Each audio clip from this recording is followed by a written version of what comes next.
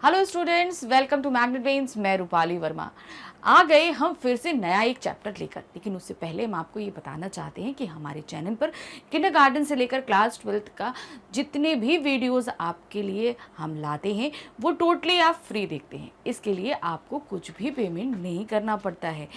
बहुत सा ऐसा होता है कि कभी कभी कि हम 2 वीडियो देखें और उसके बाद हम आपसे ये कहें कि आगे की वीडियो देखने के लिए, आगे की टॉपिक देखने के लिए आपको कुछ पेमेंट करना पड़ेगा या कुछ पैकेज लेना पड़ेगा। ऐसा हमारे चैनल पे कुछ भी नहीं होता। जितना भी आपको वीडियो दिए जाते हैं, आप जब चाहें, जितनी बार चाहें, जिस सब्जेक्ट का चाहें, वीडियो टोटली 100% फ्री देख सकते हैं। ये किंडरगार्टन से लेकर क्लास 12 तक state board, Hindi medium, English medium, olympiad, NTSC जितने भी आपके लिए वीडियो आ रहे हैं ये टोटली 100% फ्री होते हैं। तो आते हैं हम आज के चैप्टर पे। तो आज का चैप्टर जो हमारा है वो है, क्लास है आज की हमारी 5th। हिंदी की बुक हमारी है रिमझिम। पाठ है हमारा 15, बिशन की दिलेरी एक कहानी है। किस तरीके से एक छोटा बच्चा जो है वो एक पक्षी को बचाने के लिए कितनी दिलेरी के साथ आगे बढ़ता है, शिकारियों तक से भिड़ जाता है। ये सभी हमने शिकारी कैसे वो बचा के उन पक्षियों को लेकर चोरी चोरी जाता है। तो पक्षी के प्रति उसकी कैसे भाव थे ये सभी हमने इस कहानी में देखेंगे। और साथ ही शिकारी कितने क्रूर होते हैं ये भी हम इस कहानी में देखेंगे। तो चलिए शुरू करते हैं इस कहानी को पढ़ना। तो क्या दिया है? सुबह का समय था, पहाड़ों के पीछे से सूरज झांक रहा था। 10 वर्ष का बिशन घर से बाहर निकल आया। वह रोज इसी समय इसी रास्ते से कर्नल दत्ता के फार्म हाउस पर जाता है। कर्नल दत्ता की पत्नी पढ़ाई में उसकी मदद करती हैं। फार्म में लगे सेबों के बाग में कीटनाशक दवा का छिड़काव हो रहा था और बहुत तड़के काम शुरू हो गया था। तो सबसे पहले ये कहानी कैसे शुरू होती है ये हम देख रहे हैं। फिर उसके बाद में 10 साल का एक छोटा बच्चा है बिशन, जो अपने घर से निकलता है। जाता कहाँ है? वो उसे जाना है कर्नल दत्ता के यहाँ। वो वहाँ पर पढ़ने जाता है उनकी वाइफ से। अब सुबह किस तरीके से खेतों में काम चल रहा है, कीटनाशक यानी कि जो पेस्टिसाइड्स हैं वो छिड़के जा रहे हैं ताकि जो है उनके ऊपर कीड़े ना लगे। आगे बिशन पगडंडी से अभी सड़क तक आ ही रहा था कि उसे गोली चलने की आवाज सुनाई दी। उसे इधर उधर देखा, कोई भी दिखाई नहीं दिया। वह कुछ दूर चला ही था कि उसे फिर गोली चलने की आवाज सुनाई दी। इस बार एक नहीं 2-3 गोलियां एक साथ ही चली थी। गोलियों की आवाज से पूरी घाटी गूंज गई। पंछी घबरा गए, आसमान में गोल गोल चक्कर काटने लगे। बिशन सहम कर पेड़ों की आड़ में छिपकर खड़ा हो गया। बिशन जहां खड़ा था वहीं चुपचाप खड़ा रहा। उसे वहां से सीढ़ी नुमा खेत और फसलों के बाग साफ दिखाई दे रहे थे। खेतों में काम करते हुए किसान भी दिखाई दे रहे थे। फसल तैयार खड़ी थी। तो अब क्या हुआ, जो पहाड़ी रास्ता होता है उसमें पतले पतले रास्ते होते हैं, मेन रोड्स तो होती है, लेकिन जो वहाँ के लोग रहने वाले होते हैं वो पगडंडियों पर पतले पतले रास्तों का इस्तेमाल करते हैं ताकि रास्ता लंबा नहीं छोटा हो, जल्दी से वो पहुंच जाए। तो उसी तरह की पगडंडी पे वो फटाफट जा रहा था कर्नल दत्ता के यहाँ। लेकिन इतने में जैसी दूर चलता है उसे गोली की आवाज़ सुनाई देती है। फिर उसके बाद वो थोड़ी दूर फिर एक गोली चलता है, इस बार 2-3 गोलियां। तो वो डर जाता है गोलियों की आवाज़ से और एक पेड़ की आड़ में खड़ा हो जाता है। और वहाँ से वो खड़ा होकर सब कुछ देखने की कोशिश करता है। वहाँ से सब कुछ, पूरी घाटी उसे दिखाई दे रही है, सीढ़ी नुमा खेत दिखाई दे रहे हैं, तैयार फसलें दिखाई दे रही हैं, सब वो देख रहा होता है पेड़ की ओट में छिपकर। सुबह की हल्की धूप में खेत सुनहरे दिखाई दे रहे थे। बिशन अभी सोच ही रहा था कि ये गोली किसने और क्यों चलाई होगी कि तभी एक और गोली की आवाज आई। एकाएक बिशन को गोली चलने का कारण समझ में आ गया। जब फसल पक जाती है तब गेहूं के खेतों में दाना चुगने ढेरों तीतर आ जाते हैं। शिकारी इस बात को जानते हैं, इसलिए वे सुबह सुबह ही तीतर मारने चले आते हैं। पिछले साल भी शिकारियों ने इसी तरह बहुत से तीतर मारे थे। कुछ तीतर तो वे उठा ले गए, बाकी वो वहीं छोड़ गए। खेतों को काटते समय किसानों को बहुत से मरे और जख्मी तीतर मिले। तो अब क्या हुआ कि वो वहां से सब कुछ देख रहा था। फसल तैयार खड़ी थी, सुनहरी सुनहरी फसल लग रही थी सूरज की रोशनी में सुबह सुबह। अब वो सोच ही रहा था कि इतने में फिर से गोली चली। अब थोड़ी देर बाद उसे ये समझ में आया कि ये गोलियां क्यों चल रही हैं, क्योंकि जब गेहूं पक जाते हैं तो उन दानों को खाने के लिए तीतर आते हैं और तीतरों को पकड़ने के लिए शिकारी आते हैं और शिकारी उनको मार के ले जाते हैं। तो पिछले साल भी यही हुआ था, बहुत से शिकारी आए, उनको मारा, कुछ को तो वो ले गए और बहुत सारे जो हैं वो खेतों में गिर गए थे। और जब फसल काटी गई तो किसानों को बहुत सारे मरे और जख्मी तीतर उनको मिले थे। बिशन ने सोचा कितना दुख पहुंचाने वाला काम करते हैं ये शिकारी। वह समझ गया कि शिकारी ही तीतरों पर गोली चला रहे हैं, इसीलिए वह पेड़ों के बीच से निकलकर खेतों के किनारे किनारे चलने लगा। वह चलते चलते सोच रहा था कि इन शिकारियों को सबक सिखाया जाना चाहिए, लेकिन उन्हें कैसे सबक सिखाया जाए यह उसकी समझ में नहीं आ रहा था। तभी उसके पांव के पास सरसराहट सी हुई। उसने देखा एक घायल तीतक गेहूं की बालियों के बीच फंसा छटपटा रहा था। अब बिशन ने ये सोचा कि कितना गलत काम है। सही बात है, इतने पक्षियों को आप मार जाओ, बहुत गलत चीज़ है। तो वो बहुत ही इस चीज़ का अफसोस जताया और सोच रहा था कि इनको कभी सबक सिखाने का मौका मिलेगा तो मैं करूँगा। तो वो जा ही रहा था कि एकदम से खेत के किनारे किनारे था, तो एकदम से उसे सरसराहट सुनाई दी। खेतों के बीच में फसल इतनी ऊंची ऊंची खड़ी हो जाती है तो एकदम सरसर, तो उसने देखा कि एक जो तीतर है वो छटपटा रहा था, वो खेतों के बीच। उसको भी गोली लगी थी, उसका पंख पे चोट लगी थी और वो वहां पे उड़ नहीं पा रहा था, घायल था, तो छटपटा रहा था वो। बिशन वहीं घुटनों के बल बैठ गया। उसने घायल तीतर को पकड़ने के लिए हाथ बढ़ाया, लेकिन घबराया हुआ तीतर छिटककर खेत के और अंदर चला गया। बिशन जानता था कि शिकारी इस तीतर को ढूंढ नहीं पाएंगे और घायल तीतर यहीं तड़प तड़प कर मर जाएगा। उसने स्वेटर उतारा और मौका देखकर तीतर पर डाल दिया। तीतर स्वेटर में फंस गया तो बिशन ने उसे पकड़ लिया। बिशन ने उसे अपने सीने से चिपका लिया और खेत में से निकलकर पहाड़ी की ओर भागने लगा। इतना तेज चल रहा था कि मानो उसके पंख लग गए हों। कर्नल दत्ता के घर के रास्ते में एक तरफ गेहूं के खेत थे और दूसरी तरफ कटीले बाड़ थे। बिशन वैसे तो कटीले तारों की बाढ़ से होकर निकल सकता था, परंतु इस समय वह दोनों हाथों से तीतर को पकड़े हुआ था। तीतर को संभालना बहुत जरूरी था, इसलिए वह खेतों के साथ साथ छिप छिपाकर चलने लगा ताकि शिकारी उसे देख न ले। वह कुछ ही दूर गया कि पीछे से भारी सी आवाज आई, लड़के रुक जा, नहीं तो मैं गोली मार दूंगा। अब क्या हुआ, वो जो खेतों के बीच तीतर पड़ा हुआ था ना, वो छटपटा रहा था, तो बिशन ने सोचा कि मैं उसको पकड़ लेता हूँ। लेकिन जैसे ही उसने पकड़ने की कोशिश करी ना, अब वो डर गया, तो वो और छिटक के खेत के अंदर चला गया। तो उसने सोचा कि इसको पकड़ना जरूरी है, क्योंकि जो है ना अब ये खेत के बीच में गिरा है तो शिकारी इसको देख नहीं पाएंगे और ये बेचारा यहीं तड़पते मर जाएगा। तो उसने जल्दी से अपना स्वेटर उतारा और वो स्वेटर को तीतर के ऊपर ऐसे करके फेंक दिया। वो उसमें आ गया, उसने पकड़ के उठाया और लेके चला। वो जल्दी जल्दी तेज कदमों से वो कर्नल दत्ता के यहाँ जाने लगा। अब जब वो जा रहा था तो एक तरफ जैसे हम ऐसे जा रहे हैं तो एक तरफ ऐसे गेहूं के पूरे खेत थे और दूसरी तरफ कटीले तारे थे। तो ऐसे तो वो कटीले तारे पार कर जाता था, लेकिन इस समय उसके हाथ में तीतर था तो उसे संभालना जरूरी था। तो वो उसी के सहारे आगे बढ़ रहा था।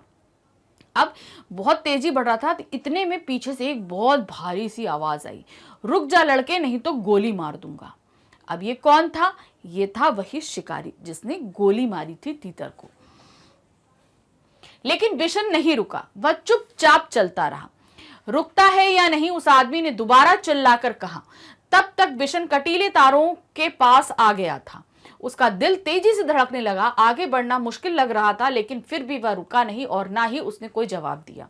अब शिकारी उसे बार बार धमका रहा था, रुक जाओ नहीं तो गोली मार देंगे। लेकिन बिशन आगे बढ़ता ही जा रहा था, बहुत तेजी से बढ़ते बढ़ते बस वो किसी तरीके से कर्नल दत्ता के यहाँ पहुंच जाना। लेकिन उसको अंदर से भी घबराहट हो रही थी, दिल की धड़कन एकदम उसकी बढ़ती जा रही थी, लेकिन कदम नहीं रुक रहे थे उसके। तभी बिशन को भारी भरकम जूतों की आवाज सुनाई, जो तो तेजी से उसके पास आती जा रही थी। पीछे से आ रहा शिकारी गुस्से से जोर जोर से चिल्ला रहा था, मैं तुझे देख लूंगा, तू मेरा शिकार चुरा कर नहीं ले जा सकता। और वो शिकारी भी इसके पीछे पीछे दौड़ रहा था, तो उसके जूतों की आवाज बिशन को सुनाई दे रही थी। तो वो भी चिल्ला रहा था कि तुम मेरा शिकार नहीं ले सकते, मैं तुमको देख लूंगा। उसके पीछे पीछे शिकारी आ ही रहा था। बिशन के लिए आगे निकल भागने का रास्ता नहीं था। अगर वह सड़क से जाता तो शिकारी को साफ दिखाई देता, इसलिए उसने खेतों के छोटे रास्ते से जाना तय किया। खेतों से आगे के रास्ते में कांटेदार झाड़ियां थी। बिशन उसी रास्ते पर घुटनों के बल चलने लगा। बहुत संभल कर चलने पर भी उसके हाथ पांव पर कांटों की बहुत सी खरोंचें आ गई। खरोंचों से खून भी निकल रहा था। अब क्या हुआ, जैसे जैसे वो आगे बढ़ रहा था, आगे घनी झाड़ियां आ रही थी। अब या तो ये रास्ता था कि वो सीधे निकल के रोड पे आ जाता और तब जाता, मगर अगर वो रोड पे आता तो शिकारी उसको देख लेते। तो अब उसने यही तय किया कि वो इन्हीं कटीली झाड़ियों के बीच से जाएगा।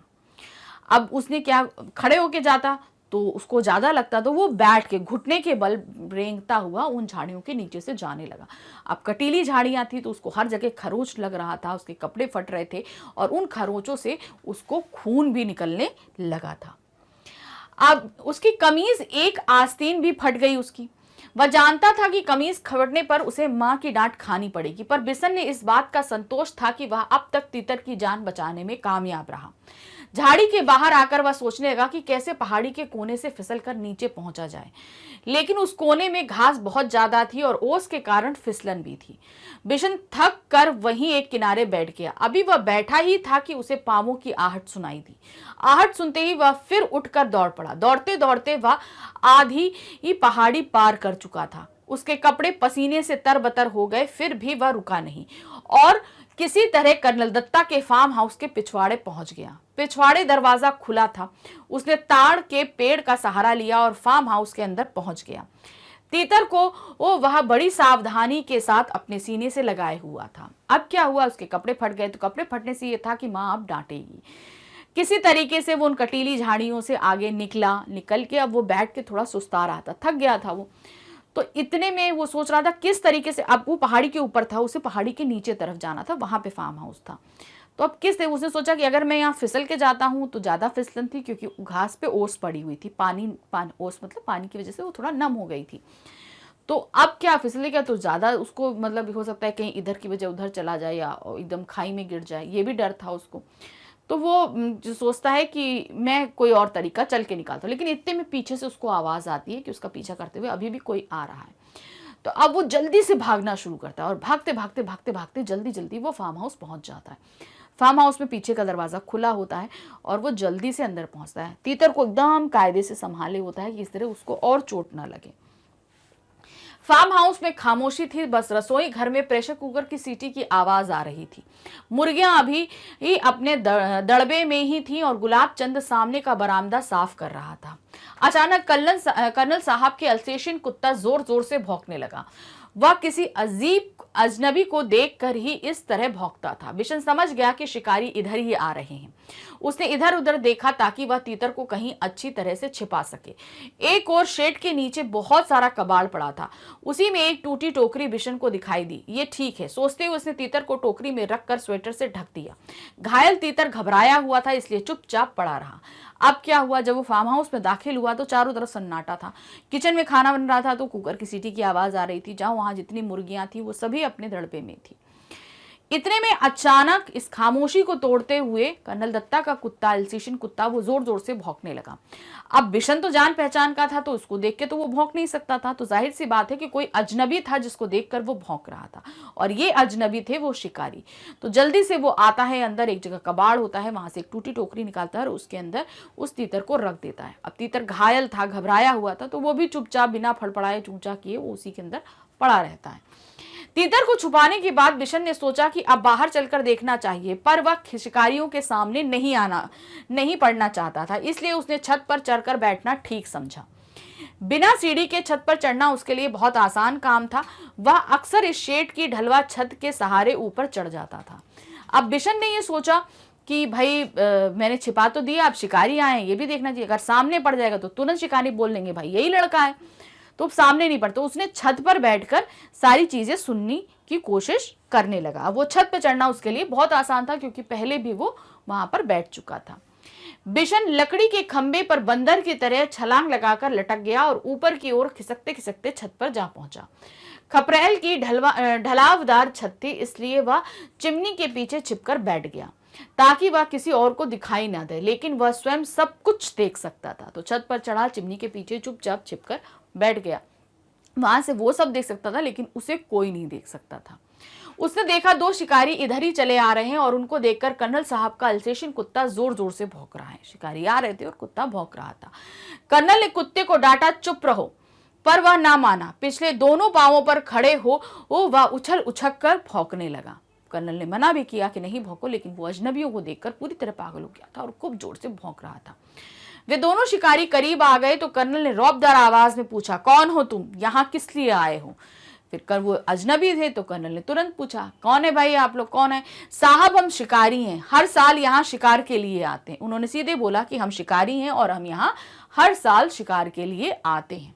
अच्छा, तो तुम ही लोगों की गोलियों की आवाजें गूंज रही हैं सुबह से। जी हाँ, हमारे पास लाइसेंसी वाली बंदूकें हैं, सरपंच माधो सिंह भी हमें जानता है। तो तुम हर साल तीतरों का शिकार करते हो? कर्नल ने मजाक सा उड़ाते हुए कहा। जी हाँ, तीतर भी मार लेते हैं कभी कभी। अभी अभी एक लड़का हमारे शिकार तीतर को लेकर आपके यहाँ आ छिपा है, हम उसे ही ढूंढ रहे हैं। अब कर्नल ने पूछा, तुमने? उन्होंने शिकारी है, मेरे पास लाइसेंसी बंदूकें हैं और जो यहाँ के सरपंच है माधो सिंह वो हमें जानते हैं। तो उन्होंने बोला, अच्छा तुम ही लोग हो जो इतने सारे तीतर आके मारते हो? तो इन्होंने बोला, हाँ कभी कदार। तो उसके बाद बोलते हैं कि एक लड़का जो है वो हमारा शिकार यानी कि तीतर को लेकर अभी अभी आपके यहाँ आकर छुप गया है।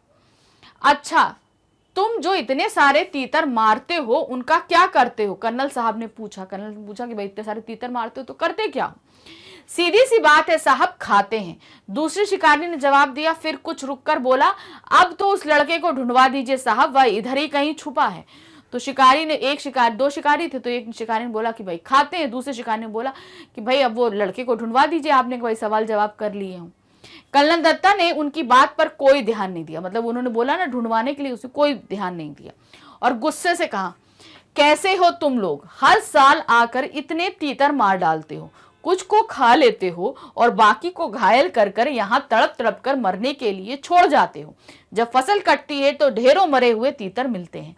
तो जो है कर्नल साहब ने उन्हें खूब डांटते हुए बोला, इतने सारे तीतर मारते हो, कुछ खा लेते हो, कुछ इतने सारे तड़पते, जब फसल कटती है तो मिलता है। तो एक तरीके से उनको, शिकारियों को कर्नल साहब डांट रहे थे।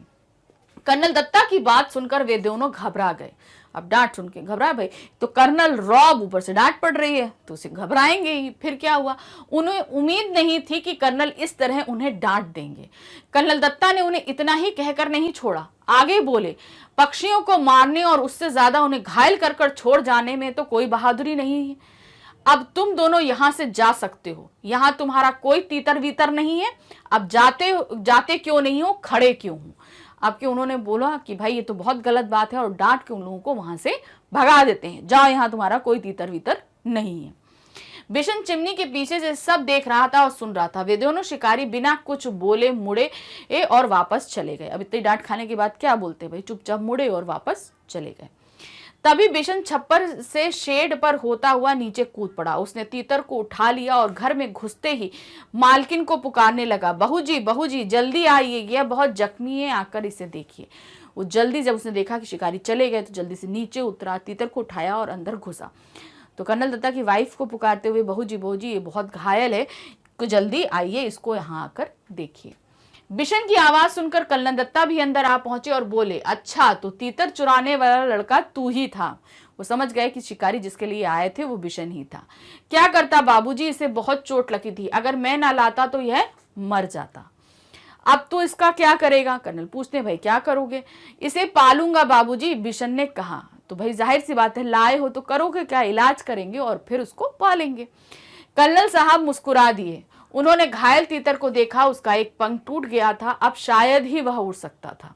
जाओ दवाइयों का बक्सा ले आओ। बिशन दौड़कर बक्सा ले आया। तो जल्दी से कर्नल ने बोला कि जाओ फर्स्ट एड बॉक्स लेकर आओ। तो जल्दी से गया और वो फर्स्ट एड बॉक्स ले आया। कर्नल दत्ता ने तीतर के पैरों का जख्म साफ किया, फिर दवाई लगाई, पंख को फैलाकर टेप लगा दिया ताकि वह ज्यादा हिले डुले नहीं। फिर उन्होंने बिशन से कहा, बिशन अगर तुम इसे गेंदे के पत्तों का रस दिन में 2-3 बार पिलाओगे तो यह जल्दी ठीक हो जाएगा। गेंदे के पत्तों के रस से जल्दी वो हिलप कर जाएगा।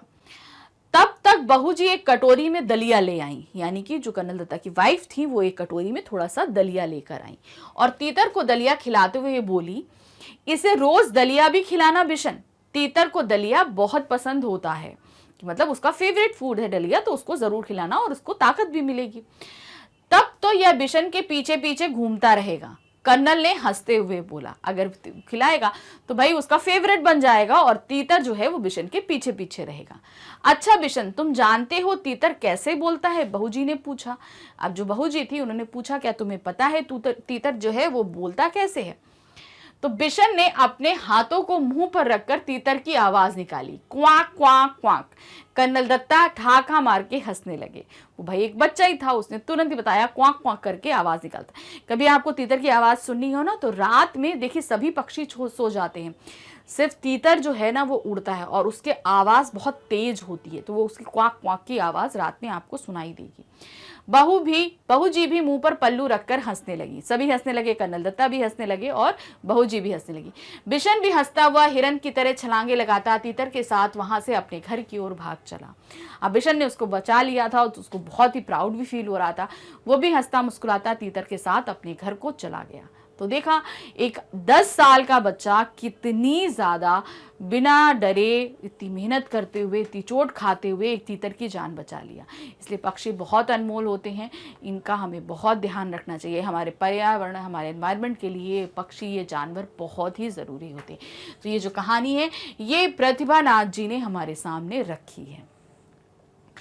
अब इसके बाद हमारे पाठ में एक और जो है कहानी दी हुई है, वो क्या है?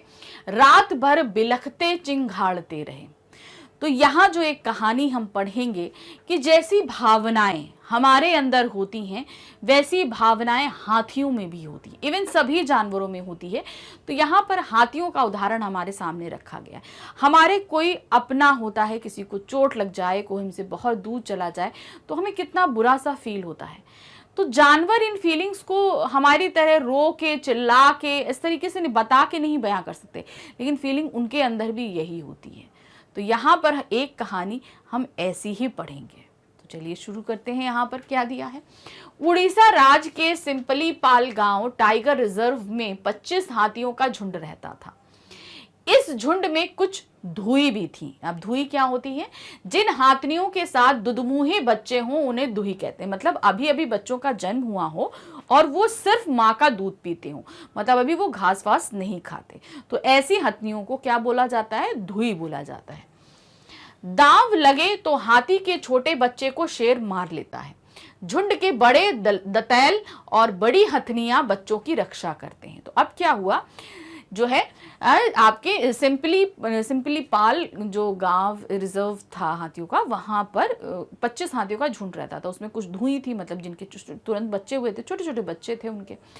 तो अब ऐसे बच्चों को क्या है, शेर तुरंत ही पकड़ के हमला करते हैं। तो ऐसे बच्चों की रक्षा करने के लिए वहां पे बड़ी बड़ी हथनियां थी और दंतैल यानी कि जिनके बड़े बड़े दांत थे, ऐसे हाथी उन बच्चों की रक्षा करते थे। सर्दियों में जब घास कम हो जाती है तो हाथियों के बड़े झुंड को जंगल के एक खंड में काफी खाना नहीं मिलता। वे छोटी टोलियों में बंटकर अलग अलग वनखंडों में चले जाते हैं। अब क्या है ना, हाथी बहुत खाते हैं। तो अब क्या होता है, सर्दियों के मौसम में घास कम हो जाती है तो इसमें क्या करते हैं, वो 2 टोलियों में बंट जाते हैं, 2-3 कई टोलियों में बंट जाते हैं और अलग अलग एरिया में जाके चरने लगते हैं। तो उससे अलग एक ही एरिया में नहीं मिलेगा तो सब अलग अलग एरिया में जाके चरते हैं, तो उन्हें वहां पे ज्यादा घास मिलती है। 1988 के दिसंबर महीने का पहला सप्ताह गुजर रहा था। उन दिनों सिंपलीपाल जंगलों में हाथी 2 टोलियों में बंटकर बाराकमारा और तिनाधिया सड़क के साथ चौड़े में चर रहे थे। तो अब क्या हुआ, वहां के जो हाथी थे वो 2 टोली में बंट गए।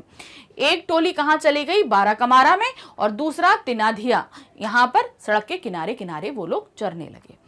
एक धुई 2 साल का बच्चा था, तो वहां पर एक टोली में एक धुई थी और उसका 2 साल का बच्चा था। झुंड में सबसे छोटा यही था और वह माँ का दूध चूंघता था। वो कुछ नहीं पीता था, सिर्फ माँ का दूध पी रहा था।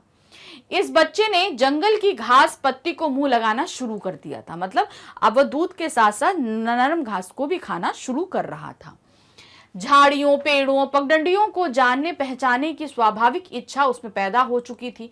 एक सुबह वह अपनी टोली से जरा अलग होकर नाले की तरफ जा रहा था। रात का दौरा लगाने के बाद इस इलाके का शेर वहीं सो रहा था। वह बच्चे पर झपट पड़ा। बच्चा चिंघाड़ा। उसकी चिंघाड़ सुनकर सभी हाथी उसे बचाने दौड़े। बड़े हाथियों के सामने शेर नहीं टिका, उसे छोड़कर नाले में चला गया। अब क्या हुआ, वो बच्चा, जैसे बच्चे होते हैं उनमें जिज्ञासु प्रवृत्ति होती है, वही जिज्ञासी प्रवृत्ति उसके अंदर भी थी। हर चीज को जानने समझने के चक्कर में वो झुंड से थोड़ा सा अलग होकर चला गया। अब क्या था, शेर जो है वो रात भर शिकार करके टहल टूल के थक चुका था और वो वहीं पर सो रहा था जहां वो बच्चा पहुंच गया। जब उसने बच्चे को देखा तो बच्चे के ऊपर हमला कर दिया। बच्चा चिल्लाया तो उसको सब बड़े बड़े हाथी बचाने के लिए आ गए और बड़े हाथियों को देखकर शेर डर कर भाग गया और वो घायल बच्चा वो वहीं पर नाले में छोड़ गया। शेर का हमला इतना जोरदार था कि कुछ ही क्षणों में उसने बच्चे को बुरी तरह जख्मी कर दिया। सबसे बड़ा घाव सिर पर था। सयाने हाथी उसे ऊपरी बाराकमारा के रेंज ऑफिस के सामने ले गए। जंगल के जानवरों की देखभाल और रक्षा करना रेंज ऑफिसर्स की जिम्मेदारी होती है। उनके दफ्तर के सामने पहुंचकर हाथी मानो अपने को सुरक्षित अनुभव कर रहे थे। अब उस हमले में क्या हुआ, बच्चा बहुत ज्यादा जख्मी हो चुका था। अब इस कंडीशन में अब क्या करते, तो उनमें जो हाथी थे वो सभी जानते थे, तो वो तुरंत ही उठाकर उन्हें कहाँ ले जाते हैं, रेंज ऑफिस में ले जाते हैं। वहां पे रेंजर्स का ये काम होता है कि वो सभी जानवरों की हेल्प करें और वहां पे पहुंच के हाथी जो है उस बच्चे को रख देते हैं और जो है और हाथी वहां पहुंचकर अपने को सुरक्षित भी महसूस करते हैं क्योंकि उनकी सुरक्षा का जिम्मेदारी उन पे होती है। कुछ देर बाद आधे हाथी चरने चले गए। वो जो हाथी था वहां रखा गया, वो बाकी हाथी जो है वो चरने चले गए। बाकी हाथी जख्मी बच्चे की निगरानी में वहीं डरे रहे।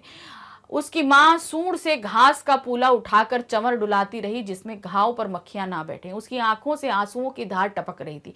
बच्चा इतना जख्मी हो गया था कि दूध नहीं चूम सकता था। जंगल में जानवरों के छोटे मोटे घाव प्रकृति खुद ठीक कर दिया करती थी, पर इस बच्चे के घाव जानलेवा थे। अगले दिन उसने दम तोड़ दिया। अब उन्होंने रेंज ऑफिस में आके रखा कि उन्हें लगा कि भाई ये ठीक हो जाएगा, लेकिन जख्म देखने के बाद रेंजर्स को ये चीज अभाव हो गया था कि ये ठीक नहीं हो पाएगा, ज्यादा जख्म थे। माँ भी चिंतित थी। जो बाकी और लोग थे, जो बाकी और हाथी थे वो चरने चले गए, लेकिन माँ वहीं रुकी उसकी देखभाल के लिए। हाथी सूंड में फूस धरा के वो घाव के ऊपर ऐसे ऐसे ढुलाने लगी कि उसके ऊपर मक्खी नहीं बैठे। अब सारी रात निकल गई। दूसरे दिन वो हाथी का बच्चा मर जाता है। वो उसके घाव इतने ज्यादा थे कि उसका जिंदा रहना मुश्किल था और वो मर गया। मरने की खबर मिलते ही चरने के लिए गए हुए हाथी लौट आए। रेंज ऑफिस के सामने सभी शोक सभा में शामिल हो गए। शव को घेर कर सारी रात वहीं खड़े रहे। उनकी आंखों से आंसू बहते रहे। वे चिंघाड़ते रहे, रोते रहे और बिलखते रहे। मरने की खबर जैसे हुई कि बच्चा मर गया है, तो जितने भी हाथी सब आसपास जितने चरने गए थे वो वापस आए। सारी रात उस शव के सामने मातम शोक हुआ। सब रोते रहे, चिंघाड़ते रहे, बिलखते रहे। तो इस तरीके से हमें ये पता चलता है कि सिर्फ मनुष्यों में ही तकलीफ नहीं होती, ये हाथी भी उसी तरह की भावनाओं को महसूस करते हैं जैसे हम महसूस करते हैं। इसलिए जानवर भी उतनी ही जान रखते हैं। जितना हमको हल्की सी चोट लग जाए हमें तकलीफ होती है, दर्द होता है, उसी तरह उनको भी उतनी ही तकलीफ होती है। हमसे कोई प्यार से बात करता है तो वो एहसास हमें पता होता है। हमें कोई डांटता है तो वो एहसास हमें पता होता है। जानवरों के साथ भी यही होता है। अगर हम किसी जानवर से प्यार से पेश आते हैं तो वो एहसास वो जानते हैं। अगर कोई गंदी नीयत के साथ उन्हें हार्म करने के लिए जाता है तो वो भी उस नीयत को पहचानते हैं। इसलिए जानवर बहुत ही अच्छे होते हैं। हमेशा हमें उनकी देखभाल, उनकी केयर करनी चाहिए, कभी उनको नुकसान नहीं पहुंचाना चाहिए। तो ये कहानी रमेश बेदी जी ने हमारे सामने रखी है। तो ये सच्ची कहानी थी। किस तरीके से हाथी होते हैं ये हमें उन्होंने बताया था कहानी से, यानी कि जो कहानी हमने पढ़ी है उससे रिलेटेड। प्रश्न संख्या 1, जी हाँ, हमारे पास लाइसेंस वाली बंदूकें हैं। सरपंच माधो सिंह भी हमें जानता है। शिकारियों ने कर्नल साहब से क्या सोचकर ऐसा कहा होगा? उन्होंने ऐसा क्यों बोला कि कर्नल साहब से उन्होंने ये सारी चीजें क्या सोचकर बोली होंगी, आपको ये लिखना है। शिकारियों ने सोचा होगा कि कर्नल साहब हमें डांटेंगे नहीं, इसलिए उन्होंने ऐसा कहा होगा कि मतलब हम ऐसा बोल देंगे तो कर्नल साहब भी माधो सिंह के इन्फ्लुएंस में आ जाएंगे और हमको डांटेंगे नहीं।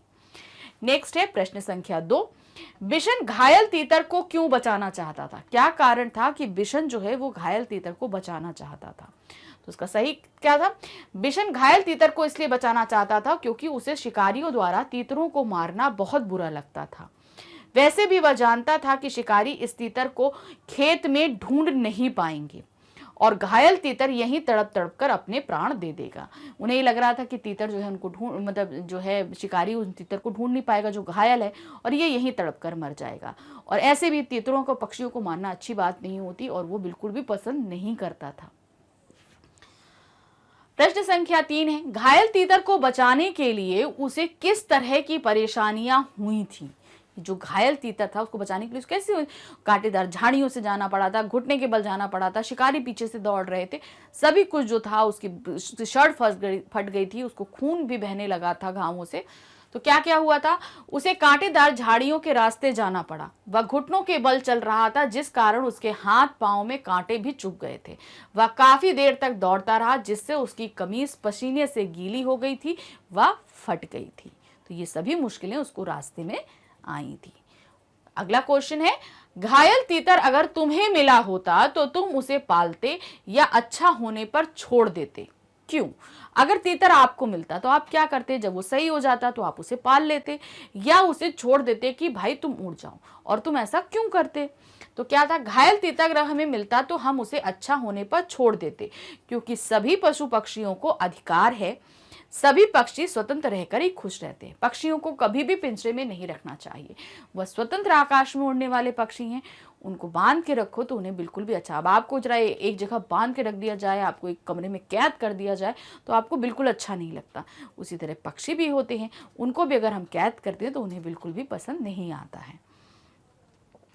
अब है भाषा की बात। क्या है, इन वाक्यों को अपने शब्दों में लिखिए। आपके सामने 2 वाक्य दिए गए हैं, इन्हें आपको अपने शब्दों में एक सेंटेंस बनाना है। क्या है, सुबह की हल्की धूप में खेत सुंदर दिख रहे थे। अब इसको अगर आप सब लिखेंगे तो कैसे लिखेंगे, सुबह की हल्की धूप में खेत सुंदर दिखाई दे रहे थे। दूसरा सेंटेंस, वह इतना तेज चल रहा था मानो उसके पंख लगे हुए थे। इसे कैसे लिखेंगे, इतना तेज चल रहा था कि जैसे उसके पंख लग गए हों। तो ये इस तरीके से आएगा भाषा में। फिर नेक्स्ट क्वेश्चन है, यहां पर हमारे सामने क्या दिया है, तीतर स्वेटर में फंस गया तो बिशन ने उसे पकड़ लिया और अपने सीने से चिपका लिया। ये एक स्टेटमेंट है, इसमें क्या पूछा है, ऊपर लिखे वाक्य में उसे शब्द का इस्तेमाल तीतर के लिए किया गया है। एक ही संज्ञा का बार बार इस्तेमाल करने के बजाय उसकी जगह पर कुछ खास शब्दों का प्रयोग किया जाता है। ऐसे शब्दों को सर्वनाम कहते हैं। सर्वनाम छांटकर लिखो। अब क्या होता है, जब हम कोई लंबा सेंटेंस बोलते हैं तो हमारे साथ कैसा होता है, जैसे हमने बोला मोहन खाना खा रहा है, मोहन पानी पी रहा है, मोहन उसके बाद पढ़ने गया, मोहन। अब हर जगह हम मोहन इस्तेमाल नहीं कर सकते, तो हम इसको कैसे बोलेंगे, मोहन ने खाना खाया, पानी पिया और वह पढ़ने बैठ गया।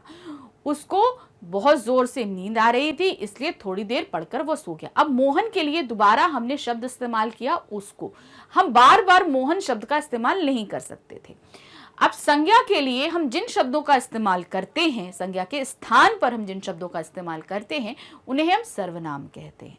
तो यहाँ पर अब हमारे सामने कुछ ऐसे ही लाइंस दी गई हैं जिनमें हमें सर्वनाम शब्दों का इस्तेमाल करना है। तो सटीक लिखेंगे कैसे, मास्टर साहब ने अप्पा राव को अपने पास बुलाकर कहा तुम कल मेरे घर आना। तो अब यहाँ ब्रैकेट में दिया गया था तो हमने उसी के हिसाब से यहाँ चेंजेस किए। अब जैसे यहाँ पर नेक्स्ट है, सेंट्रीला डैश घर नागालैंड के किस शहर में है, तो यहाँ पर तुम दिया है तो इसको हम क्या कर बोलेंगे, सेंट्रीला तुम्हारा घर नागालैंड के किस शहर में है। तुमको हमने क्या कर दिया, तुम्हारा कर दिया। फिर था, सुधा ने डैश बुआ से पूछा पापा डैश कितने बड़े हैं। अब यहाँ पर आप शब्द को लगाना है। अब आप से ही हमें दोनों बनाने हैं, तो हमने पूछा सुधा ने अपनी बुआ से पूछा पापा आपसे कितने बड़े हैं, तो यहाँ पर आप से ही ये दोनों शब्द बन गए। फिर है, मोहन को समझ में नहीं आ रहा कि उसे क्या करना चाहिए। अब वह को हमने क्या किया, उसे। फिर है, विमल ने अपने अफसर को याद दिलाया कि उन्हें 4 बजे बैठक में जाना है। तो इस तरीके से हम क्या करते हैं, सर्वनाम शब्दों का इस्तेमाल करते हैं। अब आगे है, इन वाक्यों को पूरा करो। अब आपके सामने कुछ अधूरे वाक्य दिए गए हैं जिन्हें आपको पूरा करना है। जैसे यहां दिया है, वह इतना धीरे चल रहा था मानो चींटी चल रही हो। चींटी धीमे चलती है ना, तो मानो चींटी चल रही थी, मानो कछुआ चल रहा था। तो इसे आप अपने हिसाब से पूरा कर सकते हैं।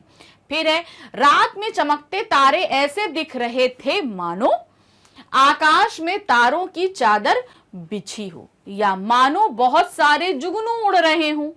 कुछ भी जो आपको समझ में आता है, अब आपको यहां पर उसी हिसाब से सेंटेंस को पूरा करना है। फिर है, तुम तो मंगल ग्रह के बारे में ऐसे बता रहे हो मानो तुम मंगल ग्रह पर जाकर आए हो।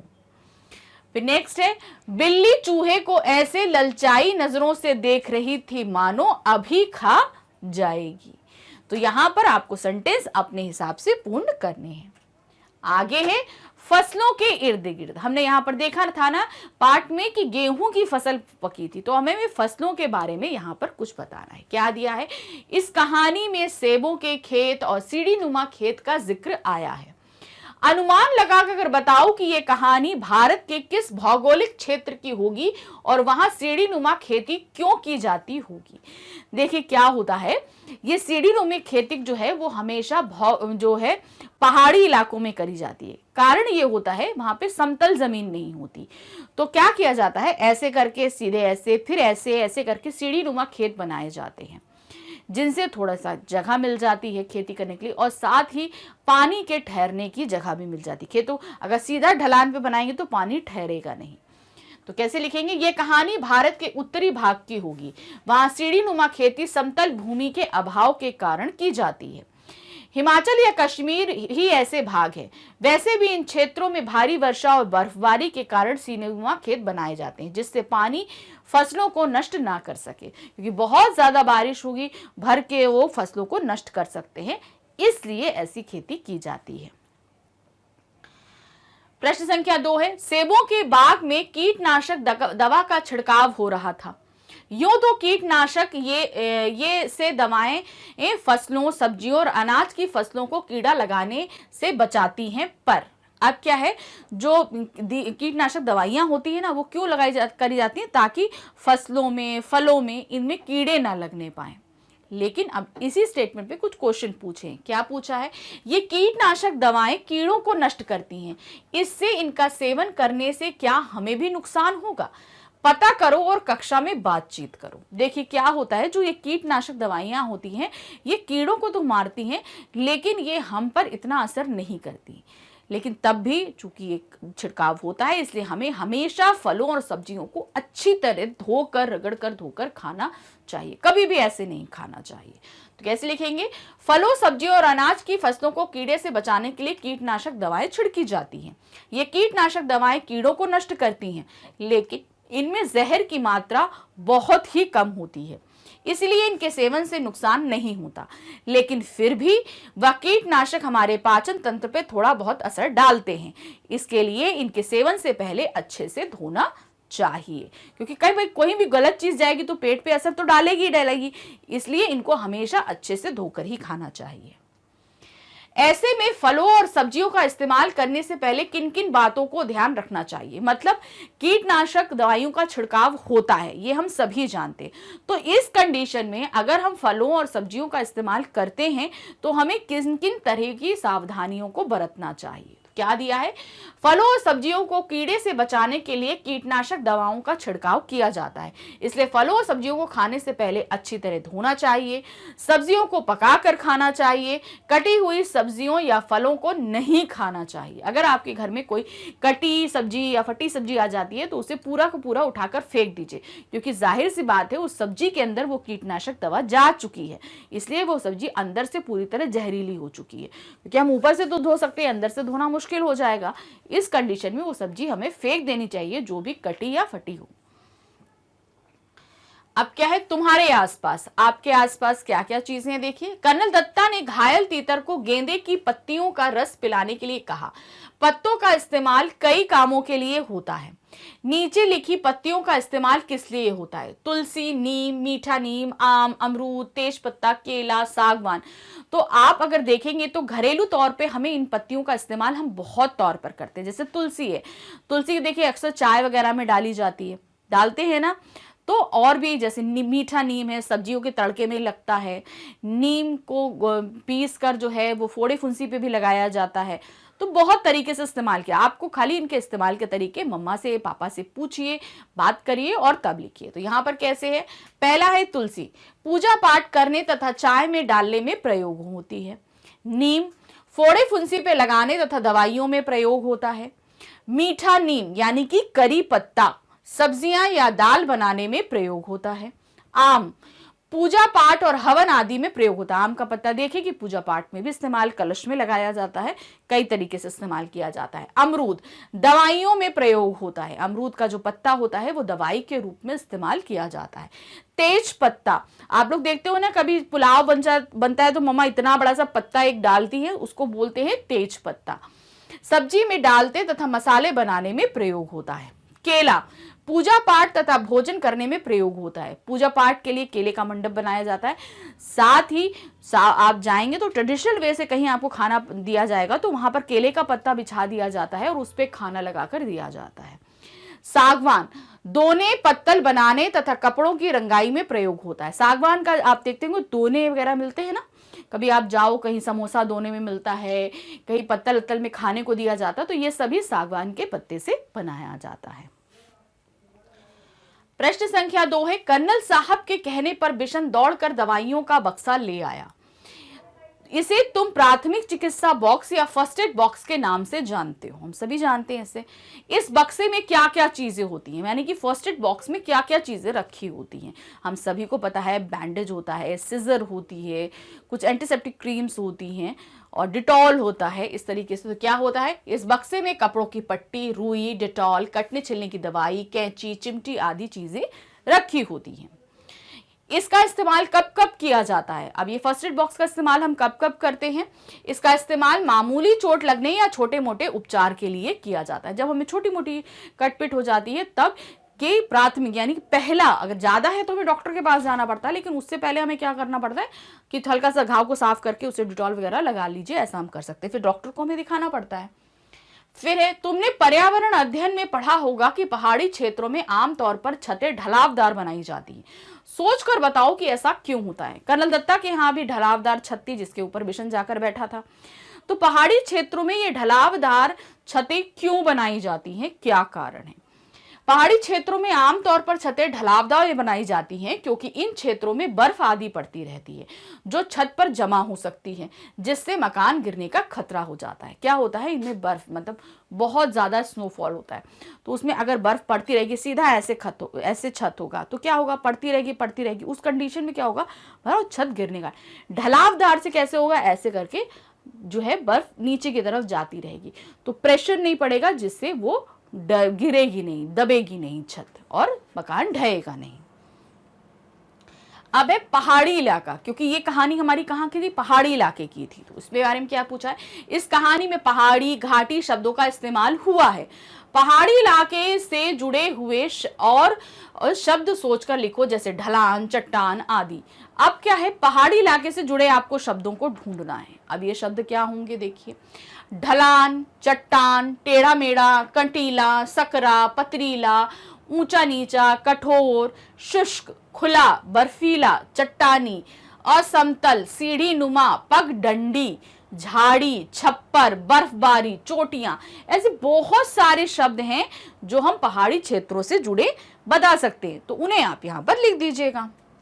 आगे है, तीतर का फोटो दिया गया है और गौर से देखो, उसका वर्णन करो और चौथी में तुम यह कर चुके हो। अब तीतर के बारे में हम 4th क्लास में भी पढ़ चुके हैं, तो अब आपके सामने तीतर का ये एक चित्र दिया गया है। अब इसके बारे में आपको वर्णन करना है। कैसे लिखोगे आप, तीतर एक छोटा सा पक्षी होता है, यह दिखने में बहुत ही सुंदर लगता है, इसके छोटे छोटे पंख होते हैं, यह फुदक फुदक कर चलता है और हल्की उड़ान भी भरता है। यह एक साथ झुंड में रहते हैं तथा लड़ने में तेज होते हैं। तो ये तीतर होता है, देखिए ना कितना सुंदर सा प्यारा सा पक्षी है ना, और छोटा सा भी होता है। अब है, तीतर के बारे में और जानकारी इकट्ठा करो, जैसे तीतर का घोंसला, वह क्या खाता है आदि। तो अब इसके बारे में तो आपको पता करना पड़ेगा और हम पता करके लेके आए हैं। चलिए देखते हैं क्या क्या है। तीतर छोटे छोटे तिनकों से अपना घोंसला बनाता है, क्योंकि छोटे छोटे तिनकों को ऐसे गोल करके करने में ठीक इजी होता है, इसलिए वो छोटे छोटे मुझसे बनाता है। वह हरी हरी पत्तियां, छोटे मोटे कीड़े तथा फल फूल खाता है। यह दिखने में भूरे रंग का होता है और बहुत अच्छा लगता है। ये आपस में लड़ाई भी करते हैं, बहुत लड़ाकू होते हैं। गांव में तीतर की लड़ाई कराई जाती है। कुछ लोग इसका मांस भी खाते हैं। तो गांव में होता है ना, तो आपने सुना होगा ये तीतरबाज लोग, तीतरबाज लोग। तो तीतरबाज क्यों बोलते हैं? क्योंकि वो लोग तीतर को आपस में लड़ाते थे, इसलिए तीतरबाज लोग कहा जाता है। तो और इनका मांस भी बहुत टेस्टी होता है, इन्हें खाया जाता है बहुत जगह और कॉस्टली मिलता है। क्यों? क्योंकि इनको पकड़ना आसान नहीं होता है, इसलिए ये बहुत ही कॉस्टली भी मिलता है। तो इस तरीके से हमने यहाँ पर अपने ये प्रश्न उत्तर और अभ्यास कार्य फटाफट पूर्ण कर लिए। आप सभी ने भी अपनी बुक फिल कर ली होगी। तो आगे और भी चैप्टर आने वाले हैं। जैसे पता है कि अभी तो हम 15 चैप्टर थे, अभी 16, 17, 18 3 चैप्टर हमारे बाकी हैं। तो आगे अभी और भी चैप्टर आने वाले हैं। तो ये आपको मिलेगा कहाँ? इसके लिए आपको आना होगा हमारे चैनल magnetsbrain.com पे। तो कहाँ पे आएंगे? magnetsbrain.com पे। और पहले भी वीडियो कराए हैं तो वो भी वहीं मिलेंगे। तो जैसे ही आप यहाँ पर आएंगे तो आपके सामने इस तरीके से एक पेज ओपन होकर आएगा। यहाँ पर नीचे लिखा होगा सीबीएसई इंग्लिश मीडियम। आप इसे जैसे ही क्लिक करेंगे आपके सामने देखिए पूरा इस तरीके से सारे क्लासेस आ जाएंगे। आपको अपनी क्लास सेलेक्ट करनी है, क्लास 5th। जैसे ही आप इसे सेलेक्ट करेंगे आपके सामने यहाँ पर 5th में पढ़ाए जाने वाले सभी सब्जेक्ट्स आएंगे। अब आपको अपना सब्जेक्ट यानी कि हिंदी सिलेक्ट करना है। यानी हिंदी सिलेक्ट करेंगे, यानी नीचे वॉच नाउ लिखा है, जैसे आप इसे सिलेक्ट करेंगे आपके सामने हिंदी की पूरी प्लेलिस्ट आ जाएगी इस तरीके से। अब आपको जो भी सब्जेक्ट मतलब जो भी चैप्टर पढ़ना है आपको खाली उसे क्लिक करना है। अब आप उसे जैसे ही क्लिक करेंगे आपके सामने क्या होगा? तुरंत ही टॉपिक्स आ जाएंगे। तो जो भी टॉपिक आपको पढ़ना है उसे क्लिक करिए और क्लिक करते ही आपका वीडियो स्टार्ट हो जाएगा। अब वीडियो देखिए, अपने सभी डाउट्स क्लियर कीजिए, साथ ही अपने क्वेश्चन आंसर्स भी कर लीजिए जल्दी से फिल। लेकिन हमारे चैनल को सब्सक्राइब कर लीजिएगा क्योंकि आगे और भी वीडियोस आने वाले हैं ना, तो उनके नोटिफिकेशन आपको टाइमली मिल जाएंगे। हमारे साथ बने रहिए क्योंकि हम आगे आपके लिए बहुत कुछ लेकर आएंगे। हमारे चैनल को लाइक, सब्सक्राइब, शेयर जरूर कीजिएगा। Thank you for watching. Bye bye.